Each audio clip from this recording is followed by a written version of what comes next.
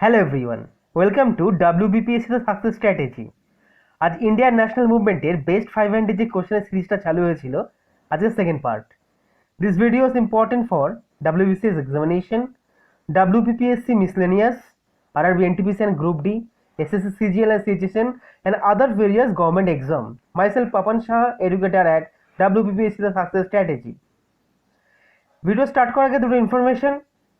WBPSC success strategy already upcoming miscellaneous এক্সামের জন্য কী করে পার্সোনাল লিস্টে অ্যাপিয়ার হবেন তার জন্য টপার্সের ভিডিও নিয়মিত এখানে দেওয়া হচ্ছে, আপনারা সেখান থেকে দেখে নেবেন।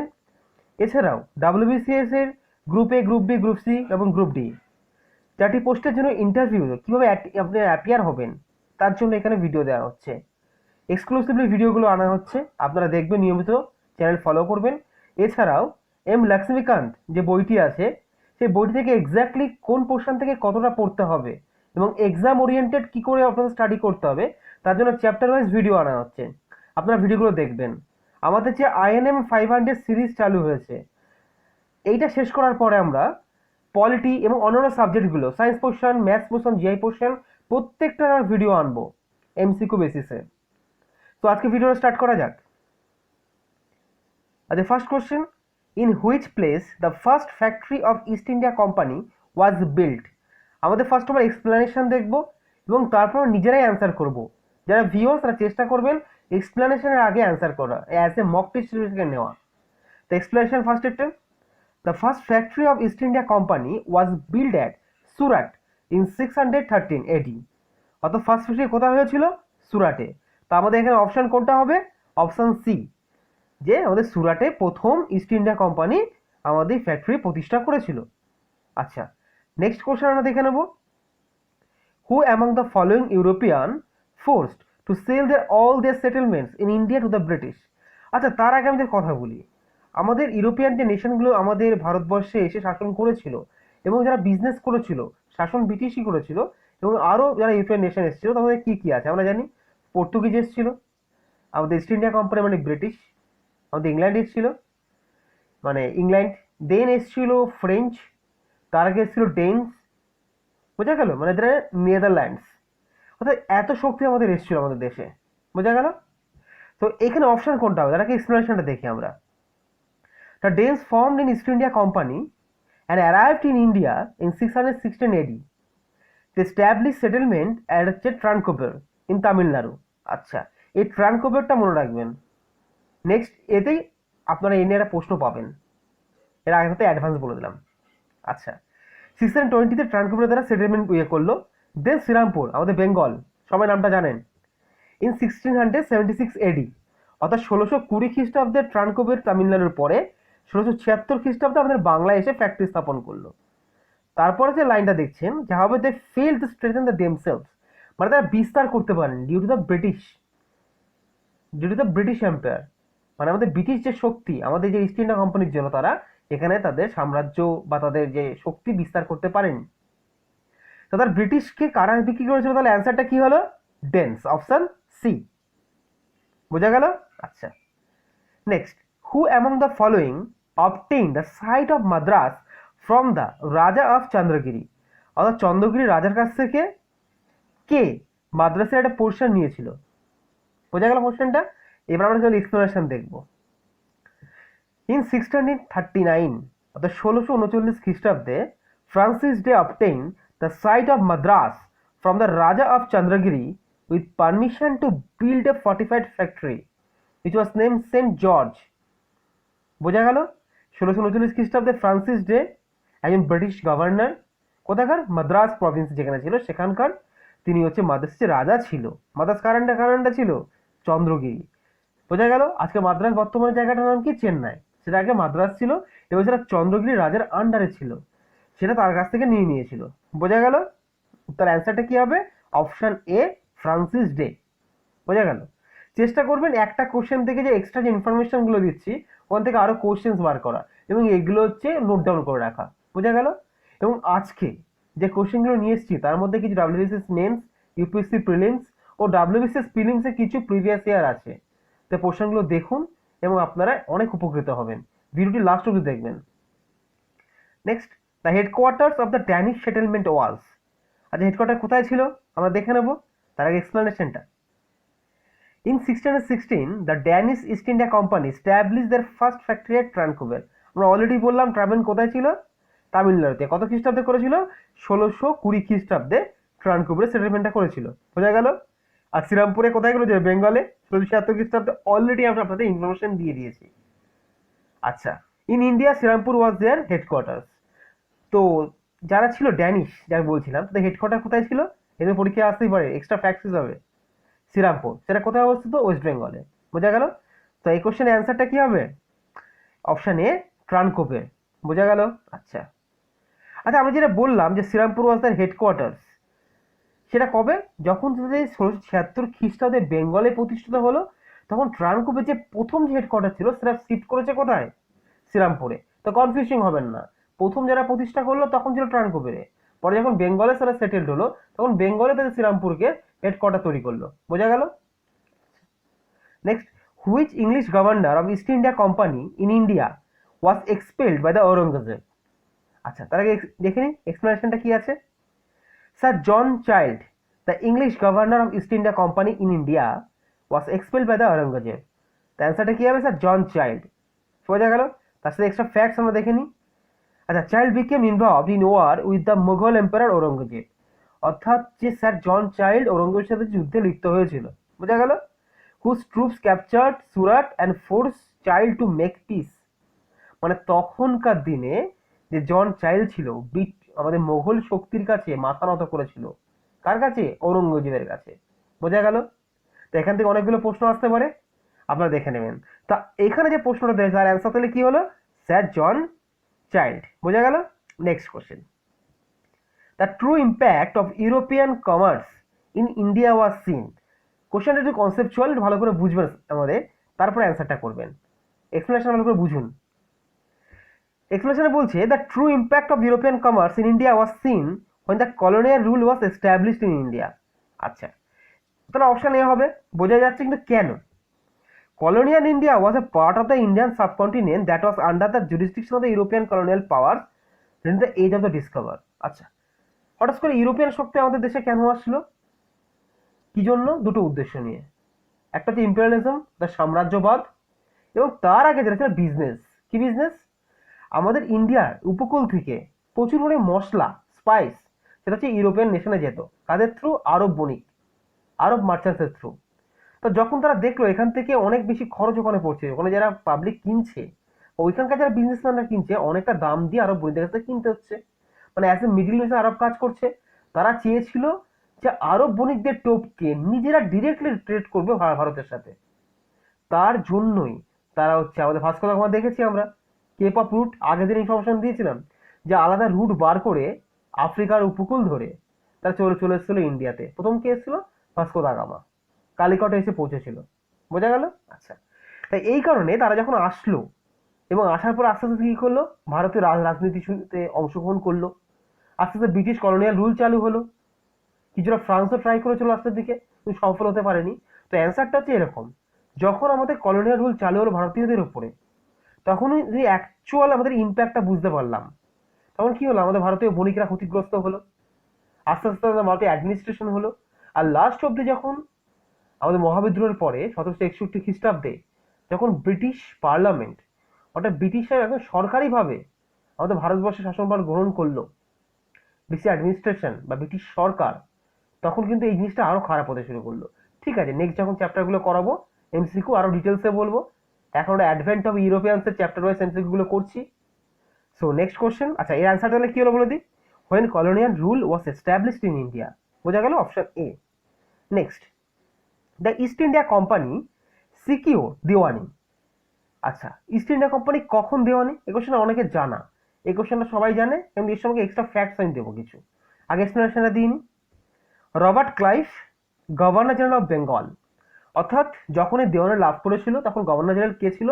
ফার্স্ট ইনফরমেশন এর ফ্যাক্ট হিসেবে জেনে নেবেন, তখন ছিল রবার্ট ক্লাইভ। আচ্ছা, made a separate treaty with Mughal empire Shah Alam two. তাহলে তোমরা ট্রিটি কেন করতে গেল? আমরা 1764 বক্সার, ওয়ার অফ বক্সার, এটা নাম শুনেছি। আচ্ছা, কার সাথে হয়েছিল? আচ্ছা, ইস্ট ইন্ডিয়া কোম্পানি, আর এই যে এদিকে কে কে ছিল? এদিকে ছিল তিনটে রাজা। কে কে ছিল? রাজা ঠিক বলবো না, তিনটে শক্তি যদি বলি তাহলে ভালো হয়। একটা হচ্ছে অযোধ্যার নবাব, একটা হচ্ছে মোগল সম্রাট, আর আমাদের ছিল বাংলার যে নবাব মীর কাসিম। আচ্ছা, আমাদের যে মোগল সম্রাট কে ছিল? শাহ আলম টু। বোঝা গেল? আচ্ছা, অযোধ্যার বা আওয়াধ যাকে বলা হয়, নবাব আওয়াধ কে ছিল? সুজাউদ্দৌলা। তিনজনের মিলিত শক্তির কাদের বিরুদ্ধে? East India company. তখন কোম্পানি ছিল, তাদের বিরুদ্ধে যুদ্ধ হয়েছিল এবং যুদ্ধের পরে ইস্ট ইন্ডিয়া কোম্পানি জয়লাভ করে। তারপরে বাধ্য হয়ে সন্ধি স্থাপন বা ট্রিটি সাইন করতে হয়। তখন এই ট্রিটি অনুযায়ী 1765 65 খ্রিস্টাব্দে একটা ট্রিটি হয়। বোঝা গেল? এই ট্রিটি অনুযায়ী আমাদের ইস্ট ইন্ডিয়া কোম্পানি বাংলার দেওয়ানি লাভ করে। শুধুমাত্র বাংলা বলাটা ভুল হবে, বাংলা, বিহার এবং উড়িষ্যা। বোঝা গেল? আচ্ছা, তাহলে যদি কোশ্চেনটা কি বলেছে, যে the East India Company secure দেওয়ানি ফ্রম কার কাছ থেকে? তখন ছিল কেন্দ্রীয় শক্তি কার ছিল? দিল্লিতে কার ক্ষমতা ছিল? মোগল। তো মোগল সম্রাটের কাছ থেকে। মোগল সম্রাট কে? সেটা হচ্ছে হচ্ছে শাহ আলম টু। বোঝা গেল? এখান থেকে কতগুলো এক্সট্রা ফ্যাক্টস বেরিয়ে আসলো। যদি বলতো অযোধ্যা নবাবের নাম কি ছিল? সুজাউদ্দৌলা। বাংলার নবাব কে ছিল? মীর কাসিম। বোঝা গেল? আচ্ছা, নেক্সট কোশ্চেন জেনে নিই। এই যে যেটা বললাম যে থিওরিটা, এই থিওরির উপর নেক্সট কোশ্চেনটা আসছে, আপনারা নিজেরা অ্যান্সার করতে পারবেন। দেখে নিন। The Deewani of Bengal was granted two Clive in the year, আমি কি বলেছিলাম? 1765 সালের ট্রিটি অনুযায়ী। বোঝা গেল? আচ্ছা, তাহলে অ্যান্সারটা 1765 বোঝাই যাচ্ছে। এসে এক্সট্রা ফ্যাক্টসগুলো জেনে নিই আমরা। এই ট্রিটিটার নাম কি? Treaty of Allahabad. কবে সাইন হয়েছিল? 16 আগস্ট 1765। আচ্ছা, এটা কোন যুদ্ধের উপর? আমি অলরেডি মেনশন করেছি, it was the outcome of the battle of Buxar. ঠিক আছে, তখন গভর্নর কে ছিল? আবারও বলে দিচ্ছি, Robert Clive, governor of Bengal. আচ্ছা, made a separate treaty with Mughal empire. আচ্ছা, এখানে একজন বলতে হবে, দুজনের সাথে কিন্তু সেপারেট ট্রিটি করেছিল। শাহ আলম টুর সাথে আর একটা ট্রিটি করেছিল এবং আমাদের যে অযোধ্যা নবাব সুজাউদ্দৌলা তার সাথে আলাদা ট্রিটি করেছিল। বোঝা গেল? এবং এই ফিসকাল রাইটটা দেখো আমরা দিওয়ানি বলছি, সেটা পেয়েছিল কিন্তু আমাদের মোগল সম্রাটের কাছ থেকে 1765। বোঝা গেল ইয়ারটা? আচ্ছা, নেক্সট কোশ্চেন আমরা জেনে নেব। The centre of the Portuguese power in India ওয়াজ। এর কনসেপ্ট আমি আগের দিনের ভিডিওতে বলেছিলাম, আপনাদের একটু মনে করে দেখবেন। যদি না দেখেন তা আগের দিনের ভিডিও দেখুন, পার্ট 1টা দেখুন, তাহলে এই অ্যান্সারটা করতে পারবেন। আমি অবশ্যই বোঝাবো আজকে আবার নতুন করে। আচ্ছা, নতুন ভিউয়ার্স অনেক দেখবেন এক্সপেক্টেড। আচ্ছা, এক্সপ্লেনেশন আলফান্সকো ডে আলবুকাক। আচ্ছা, কিছু এক্সট্রা ফ্যাক্ট দিয়ে আমি অ্যান্সারটা বলছি। আলফান্সো দে আলবুকাক কে? আচ্ছা, একজন ছিলেন পর্তুগিজ গভর্নর, সেকেন্ড গভর্নর আমাদের ইন্ডিয়াতে। পর্তুগিজ গভর্নর কে ছিল? দ্বিতীয় গভর্নর। বোঝা গেল? প্রথম তাহলে কাজ ছিল? প্রথম ছিল হচ্ছে আলমেরিয়া। বোঝা গেল? প্রথম আলমেরিয়া, দ্বিতীয় হচ্ছে আলফান্সকো দে আলবুকাক। বোঝা গেল? আচ্ছা, আলফান্সকো দে আলবুকাক 1509 খ্রিস্টাব্দে সে কি করেছিল? বিজাপুরের যে সুলতান ছিল তার কাছ থেকে গোয়াটাকে ক্যাপচার করেছিল। যখন সে ক্যাপচার করলো তখন থেকে কিন্তু অ্যাকচুয়াল পর্তুগিজ পাওয়ারটা এখানে সেটেলমেন্ট হলো এবং প্রথমবার আমি বলতে পারি যে আলেকজান্ডার দ্য গ্রেট, ওনার পর থেকে কোনো ইউরোপিয়ান শক্তির কাছে ভারতবর্ষ প্রথম মাথা নত করলো, সে যে বিজাপুরের সুলতান। এই কোশ্চেনটা পরীক্ষা কিন্তু আসে বারবার, এক্সট্রা ফ্যাক্ট ওদের নোট ডাউন করতে হবে। তারপরে গোয়াকে তারা হেডকোয়ার্টার করলো এবং প্রত্যেকটা যে পুরো যে শক্তিটা, পর্তুগিজের শক্তিটা গোয়াকে সেন্টার করে পুরো দেশে শক্তি ইয়ে করতো, বিজনেস চালাতো। বোঝা গেল? মেন সেন্টারটা কোথায় ছিল? পর্তুগিজ পাওয়ারের গোয়া ছিল। এটা কার কাছ থেকে নিয়েছিল? বিজাপুরের সুলতানের কাছ থেকে। এই ইনফরমেশনগুলো কিন্তু বারবার পরীক্ষা দেয়। কত খ্রিস্টাব্দে? 1510 খ্রিস্টাব্দে। আচ্ছা, তাহলে অ্যান্সারটা কি হলো? Goa. Next question, who gave the Bombay to Charles two of England. আচ্ছা, ইংল্যান্ডের রাজার নাম কি? Charles two. As a dowry gift is marriage with Catherine হচ্ছে বলছে ব্রাগাঞ্জা। একটু প্রনাউন্সিয়েশন একটু কনসিডার করে নেবেন, ব্রাগাঞ্জা। আচ্ছা, বোঝা গেল? আচ্ছা, তাহলে অ্যান্সারটা কি হবে তার আগে এক্সপ্লেনেশনটা দেখে নিই।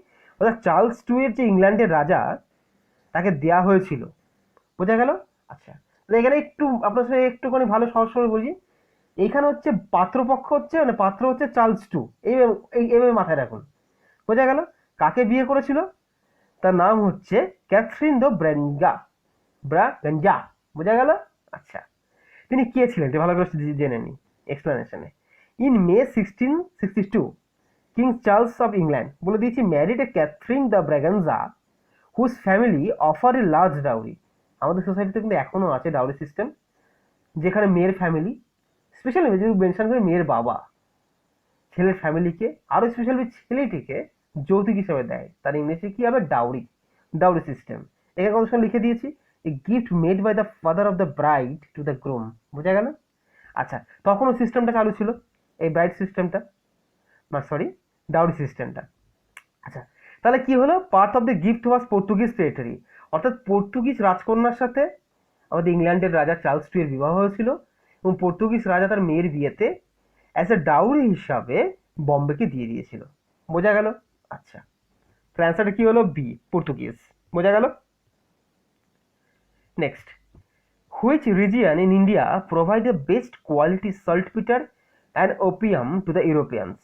বোঝা গেল? আচ্ছা, ওপিয়াম মানেটা কি? মাদক দ্রব্য। বোঝা গেল? এটা কোন, মানে কোন জায়গার সব থেকে বেশি একদম বেস্ট কোয়ালিটি হতো? তারা কি একটু দেখে নিই ওপিয়ামটা কেন দরকার, একটু জেনে নিই আমরা।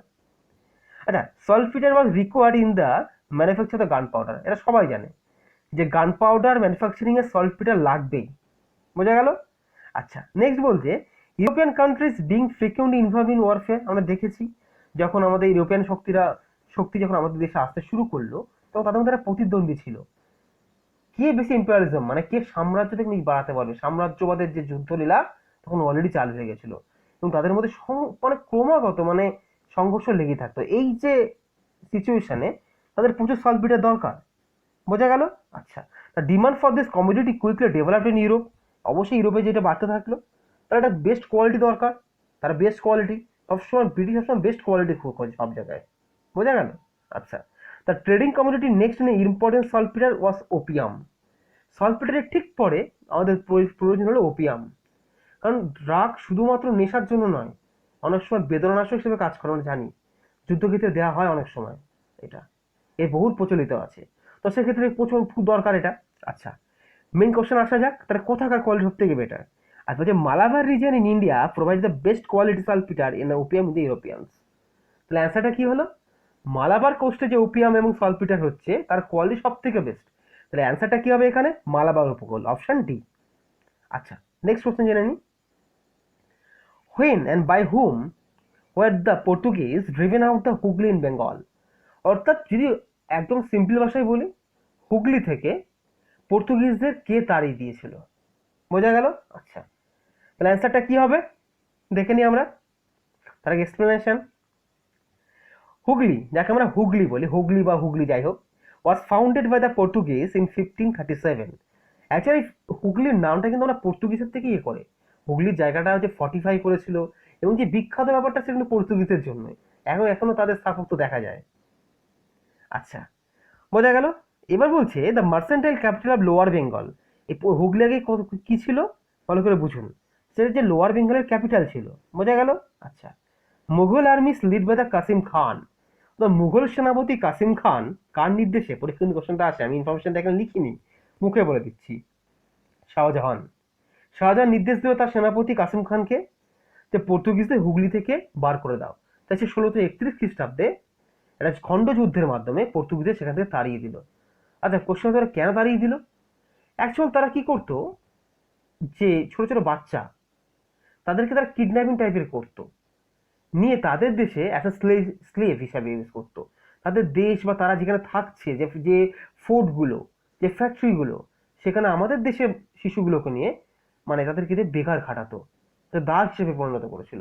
এই খবরটা যখন মুঘল সম্রাটের কাছে গেল, তখন সে উপযুক্ত ব্যবস্থা নিল এবং কাসিম খানকে বলল ইমিডিয়েট হুগলিতে তাদেরকে তাড়িয়ে দাও, কারণ এই জিনিসটা দিনের পর দিন বাড়ছিল। বোঝা গেল? আচ্ছা, তাহলে অ্যান্সারটা কি হবে এখানে? 1631 খ্রিস্টাব্দে Qasim Khan, option B. Next, what was the early capital of the Portuguese in India? আমরা অলরেডি জানলাম যে তাদের গোয়া একটা ক্যাপিটাল ছিল, বা তার আগেও একটা ক্যাপিটাল ছিল, সেটা কি হবে জেনে নিই আমরা এক্সপ্লেনেশনে। আচ্ছা, Kochi was the first capital of the Portuguese in India till 1530 AD. After that, the capital of the Portuguese India was transferred from the Kochi into Goa by the governor of the Nino da Cunha. বোঝা গেল? আচ্ছা, তাহলে এখান থেকে কি information জানতে চাইলাম, যে গোয়ার আগে যে ক্যাপিটাল ছিল সেটা কোচি বলা বা কোচিন, যে কোনো একটা অপশন থাকতে পারে, সেটা তো ফার্স্ট ক্যাপিটাল ছিল। বোঝা গেল? 1530 খ্রিস্টাব্দ পর্যন্ত। আচ্ছা, তারপরে তাদের গোয়া ক্যাপিটাল হয়ে গেল যখন বিজাপুরের সুলতানের কাছ থেকে নিয়ে নিল, এবং এই ক্যাপিটালটা প্রতিষ্ঠা করেছিল তৎকালীন গভর্নর নিনো দা কুনহা। বোঝা গেল? আচ্ছা, তাহলে অ্যান্সারটা কি হবে? Option B, Cochin. Next question, which one of the following was the first fort by the constructed by the British in India? অর্থাৎ ব্রিটিশ ইস্ট ইন্ডিয়া কোম্পানি প্রথম কোন ফোর্টটি আমাদের ইন্ডিয়াতে প্রতিষ্ঠা করেছে, ফোর্টটার নাম চেয়েছে এখানে। এক্সপ্লেনেশন দেখে নি। ফোর্ট সেন্ট জর্জ, আচ্ছা, যাকে বলা হয় historically white town, is the first English letter British, মানে প্রথম তাদের কারণে ইংলিশ বলতাম, পরে তাদের নাম হয় ব্রিটিশ সাম্রাজ্য। বোঝা গেল? Forts in India founded in 1644 at the coastal city of Madras, the modern city of Chennai। মানে বর্তমানে যাকে আমরা চেন্নাই বলি সেটাকে মাদ্রাস ছিল। সেখানে সেন্ট জর্জ যে ফোর্ট সেটা হচ্ছে প্রতিষ্ঠা করা হয়েছিল 1644 খ্রিস্টাব্দে। বোঝা গেল? এতগুলো ইনফরমেশন নোট ডাউন করতে হবে। তাহলে অ্যান্সারটা কি হবে? Option B, Fort Saint George. বোঝা গেল? আচ্ছা, next question, who among the following Europeans were the last to come to pre-independence India as traders? অর্থাৎ ভারতবর্ষের স্বাধীনতার আগে সর্বশেষ ব্রিটিশ বলবো না, ইউরোপিয়ান শক্তি কে এসেছিল? ইম্পর্টেন্ট খুব। আচ্ছা, প্রথম এক্সপ্লেনেশন জেনে তারপর অ্যান্সারটা জেনে নেব। The last European people to arrive in India was the French. The French East India Company was formed 1664 AD। 1664 খ্রিস্টাব্দে ফ্রেঞ্চ ইস্ট ইন্ডিয়া কোম্পানি তৈরি হয়েছিল। যেমন আমরা ইস্ট ইন্ডিয়া কোম্পানি বলতে অ্যাকচুয়ালি আমরা ব্রিটিশ বুঝি, অ্যাকচুয়াল না। ফ্রেঞ্চ ইস্ট ইন্ডিয়া কোম্পানি আছে, ডেন্স ইস্ট ইন্ডিয়া কোম্পানি আছে। বোঝা গেল? আচ্ছা, আর এটা কার আমলে প্রতিষ্ঠা হয়েছিল? তখনকার দিনে ফ্রেঞ্চের রাজা ছিল, মানে ফরাসি রাজা কিং লুইস 14, তার আমলে ফ্রেঞ্চ ইস্ট ইন্ডিয়া কোম্পানি 1664 খ্রিস্টাব্দে প্রতিষ্ঠা হয়, এবং 1668 খ্রিস্টাব্দে in 1668 AD the French establish their first factory at Surat. সেখান থেকে আরেকটা ইনফরমেশন, যে ফ্রেঞ্চ তাদের প্রথম ফ্যাক্টরি কোথায় প্রতিষ্ঠা করেছিল, কত সালে? 1668 খ্রিস্টাব্দে তারা সুরাটে প্রথম তাদের ফ্যাক্টরি প্রতিষ্ঠা করেছিল, এবং 1669 খ্রিস্টাব্দে এস্টাবলিশড অ্যানাদার ফ্রেঞ্চ ফ্যাক্টরি, সেটা হচ্ছে মাসেলিপত্তনম। বোঝা গেল? তাহলে দুটো ইনফরমেশন পেলাম, প্রথমটা সুরাট, দ্বিতীয়টা মাসেলিপত্তনম। প্রথমটা 1668 খ্রিস্টাব্দে, দ্বিতীয়টা 1669 খ্রিস্টাব্দে। বোঝা গেল? তাহলে এখানে অ্যান্সারটা কি হবে? Option B, no, option C. ভুল করলে চলবে না, French. So this is the end of the video. যদি ভিডিওটি ভালো লাগে অবশ্যই লাইক করবেন এবং শেয়ার করে বন্ধুদের সাথে এই ভিডিওটা আরও এনগেজমেন্ট বাড়ান। কারণ এনগেজমেন্ট না বাড়ালে আমরা কি করে বুঝবো যে আপনাদের জন্য এই ভিডিও সিরিজটা দরকার। এবং আরেকটা ইনফরমেশন, কমেন্টে যে ফিডব্যাক আমরা পেয়েছি তার বেসিসে আমি বলছি এই সিরিজটা অবশ্যই কন্টিনিউ করা হবে, এবং খুব তাড়াতাড়ি করে কন্টিনিউ করা হবে যাতে আপনাদের প্রয়োজনে কাজে লাগে। কারণ আপনাদের জন্যই চ্যানেলটা খোলা, যাতে প্রত্যেকটি স্টুডেন্টের, প্রত্যেকটি government job aspirant, specially WBCS, তারা কিছু উপকৃত হয়। সো আপনাদের প্রয়োজনীয় মতামত কমেন্ট সেকশনে দেবেন। আপনাদের ফিডব্যাকের উপর বেসিস করেই আরও জলদি করে থার্ড পার্টটা নিয়ে আসা হবে। খুব জলদি 500 কমপ্লিট করা হবে। এবং আমাদের চ্যানেলে নতুন হলে অবশ্যই সাবস্ক্রাইব করবেন। Thank you. ভালো থাকবেন, স্টে সেফ, স্টে টিউন।